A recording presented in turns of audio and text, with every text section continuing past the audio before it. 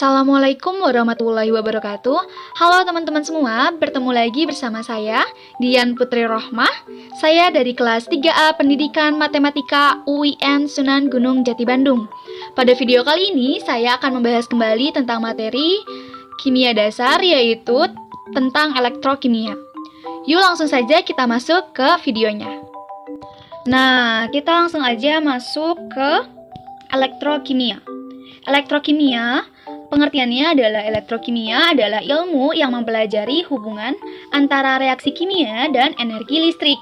Bisa dikatakan elektrokimia ini tentang perubahan atau proses reaksi kimia yang berubah menjadi energi listrik maupun sebaliknya energi listrik berubah menjadi reaksi kimia.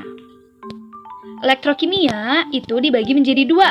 Yang pertama ada sel Volta atau sel Galvani, yang kedua adalah elektrolisis.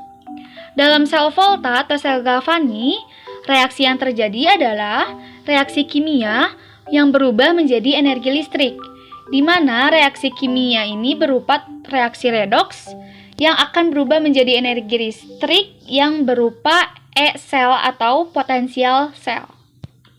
Lalu yang kedua di sel Volta atau sel Galvani, reaksi redoksnya ini terjadi di elektroda. Nah, elektrodanya ada dua, yaitu ada katoda dan ada anoda. Di mana pada sel Volta ini katodanya sebagai kutub positif dan anodanya sebagai kutub negatif. Nah, untuk mengingatnya, di elektroda yang sel Volta atau sel Galvani ini ada singkatannya loh. Singkatannya adalah kapan. Di mana kapan ini adalah singkatan dari katoda positif, anoda negatif. Nah, lalu di sel Volta atau sel Galvani, reaksinya itu berjalan secara spontan karena tidak dikenai energi apapun. Lalu kita bahas yang kedua di elektrokimia itu, yaitu jenis yang kedua ada elektrolisis. Elektrolisis ini sendiri berkebalikan dengan sel Volta. Maka reaksi yang terjadi adalah energi listrik yang berubah menjadi reaksi kimia. Maka untuk elektrolisis ini kita memerlukan arus listrik untuk prosesnya itu berlangsung, di mana energi listriknya ini berupa arus listrik yang akan berubah menjadi reaksi kimia, di mana reaksi kimianya ini berupa massa logam. Nah, di elektrolisis ini sendiri memiliki dua elektroda, yaitu elektrodanya itu ada katoda dan ada anoda juga. Cuman bedanya karena ini berkebalikan dengan sel Volta, yang katodanya ini sebagai kutub negatif dan yang anodanya ini sebagai kutub positif. Nah, ini juga ada singkatannya nih biar kita ingat terus. Singkatannya itu adalah KNAP, yaitu di mana KNAP ini singkatannya adalah katoda negatif, anoda positif. Nah, begitu. Dan reaksi yang terjadi di elektrolisis ini adalah reaksinya tidak berjalan dengan spontan karena tadi membutuhkan energi listrik untuk bereaksinya.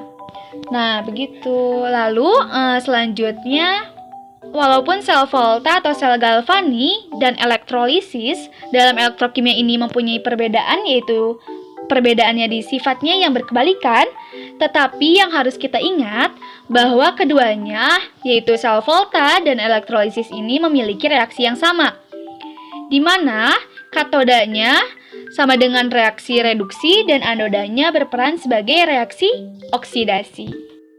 Untuk lebih memahami materi, kita langsung saja masuk ke contoh soal. Contoh soal yang pertama. Diketahui potensial elektroda zinc dan tembaga sebagai berikut. Zn2+ ditambah 2 elektron menjadi Zn dengan energi potensial sama dengan negatif 0,76 volt, dan Cu2+ ditambah 2 elektron menjadi Cu dengan energi potensial atau potensial sel sama dengan positif 0,34 volt. Nah, soalnya tulislah diagram sel Volta yang dapat disusun dari kedua elektroda tersebut, dan yang B, tentukan potensial standar sel itu. Nah, untuk soal ini, jawaban yang A adalah seperti yang tadi di soal, Zn2+ ditambah 2 elektron menjadi Zn memiliki potensial sel atau E-sel sama dengan negatif 0,76 volt. Lalu yang kedua ada Cu2 plus ditambah 2 elektron menjadi Cu dengan potensial sel atau E sel sama dengan positif 0,34 volt. Nah, seperti yang tadi kita pelajari bahwasannya kalau sel volta itu memiliki sikatan kapan, yaitu katoda positif dan anoda negatif. Dimana kalau positif berarti nilainya lebih besar. Nah, ini yang lebih besarnya adalah yang ini dibanding yang ini. Berarti dapat disimpulkan bahwa yang anodanya itu adalah yang Zn2 plus ditambah 2 elektron, yang katodanya adalah Cu2 plus ditambah 2 elektron menjadi Cu. Di mana anoda itu seperti yang tadi saya jelaskan, reaksinya reaksi oksidasi dan katoda adalah reaksi reduksi. Untuk diagram sel voltanya memiliki rumus ion, fase ion, batas fase anoda, terus jembatan garam ion, batas fase katoda. Nah, bila kita masukkan menjadi Zn, batas fase Zn2+, jembatan garam Cu2+, batas fase Cu. Jadi jawabannya adalah ini. Lalu jawabannya yang ini ya. Lalu selanjutnya jawaban yang B. Jawaban yang B untuk menentukan potensial standar sel itu memiliki rumus E sel sama dengan E katoda dikurangi E anoda nih. Tadi kan E yang katodanya ini yang plus atau positif 0,34 volt dan yang anodanya negatif 0,76 volt. Kita masukkan positif 0,34 volt dikurangi negatif 0,76 volt. Nah, karena ini negatif kali negatif ini menjadi positif, jadi positif 0,34 volt ditambah positif 0,76 volt. Menjadi E-selnya menjadi positif 1,1 volt. Nah, jadi bisa disimpulkan diagram sel voltanya adalah ini. Yang Zn, Zn2+, jembatan garam, Cu2+, sama Cu. Dan E-selnya adalah positif 1,1 volt. Nah, langsung kita masuk ke contoh soal yang kedua.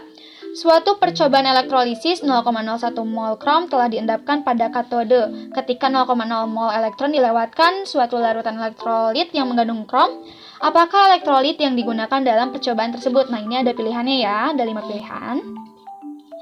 Nah, untuk jawabannya pertama, ini kita untuk mencari 1 mol krom itu adalah mol elektron dibagi sama mol krom yang diendapkan, yaitu sama dengan 1 mol krom sama dengan 0,0 mol elektron dibagi sama 0,01 mol krom. Menjadi 1 mol kromnya sama dengan 6 mol elektron. Jadi reaksi pada katode atau reduksi kation yang sesuai adalah yang membutuhkan 6 mol elektron, sehingga dihasilkan 1 mol krom. Jadi ininya menjadi Cr6 plus ditambah 6 elektron menjadi Cr. Lalu selanjutnya, dari alternatif yang dipilih, Cr-nya tadi memiliki oksidasinya angka 6. Bilangan oksidasinya yaitu 6. Nah, jadi untuk ini kita cari nih pilihan yang 5 ini, apakah ada yang Cr-nya, oksidasi Cr-nya 6. Nah, untuk CrCl3 memiliki bilangan oksidasinya positif 3. Untuk CrF4 memiliki bilangan oksidasinya yaitu positif 4. Untuk CrF5 memiliki bilangan oksidasi yaitu positif 5. Dan untuk yang Na2Cr2O7 memiliki bilangan oksidasi yaitu 6. Dan untuk Cr2O3 memiliki bilangan oksidasi yaitu positif 3. Nah, kalau kita lihat dari ini, berarti kita dapat menyimpulkan nih.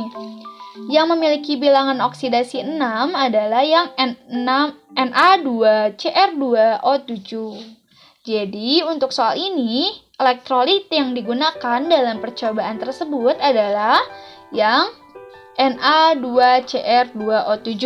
Seperti itu.